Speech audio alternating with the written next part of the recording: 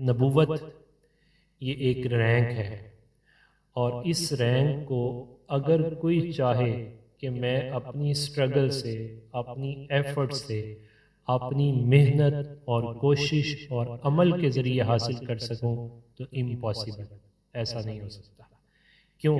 اس وجہ سے کہ نبوت یہ کسبی چیز نہیں ہے، محنتوں سے حاصل نہیں ہوتی۔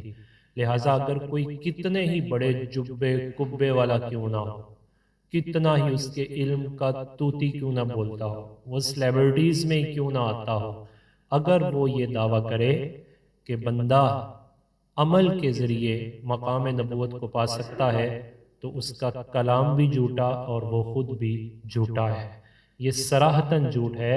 یہ نبوت ایسی چیز نہیں کہ جو بندہ عمل سے حاصل کر رہے۔ نبوت تو رہی نبوت، بلکہ جس نے نبی کو دیکھا ہے بعد والے اس کی گرد راہ کو بھی نہیں پہنچ سکتے۔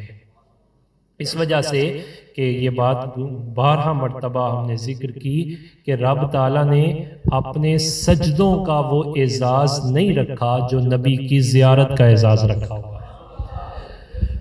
تو نبوت یہ کسبی چیز نہیں ہے۔ قرآن مجید فرقان حمید نے اسے ذکر کیا۔ بسم اللہ الرحمن الرحیم، اللہ اعلم حیث یجعل رسالتہ، اللہ خوب جانتا ہے کہ اسے کسے رسالت کے مقام پر فائز کرنا ہے، کہاں رسالت کو رکھنا ہے، کس کو نبی بنانا ہے۔ لہٰذا یہ بات اہل سنت کا، اہل حق کا یہ نظریہ، یہ موقف، یہ نظریہ ہے کہ نبی بندہ کسب سے نہیں بن سکتا، بلکہ انبیاء چنیدہ ہیں۔ رب تعالیٰ جسے چاہتا تھا اسے ہی مقام نبوت پر فائز فرماتا تھا۔ پھر اگلی بات، ہمارے آقا و مولا صلی اللہ علیہ وسلم کے اعلان نبوت کے بعد رب تعالیٰ نے نبوت کے دروازے کو بند فرما دیا ہے۔ اب قیامت تک جو بھی آئے دعویٰ کرے نبی ہونے کا تو وہ اس کے جھوٹا ہونے کا دعویٰ ہوگا۔ قرآن نے مہر لگا دی، بسم اللہ الرحمن الرحیم، ما کان محمد ابا احد من رجالکم ولکن رسول اللہ وخاتم النبیین۔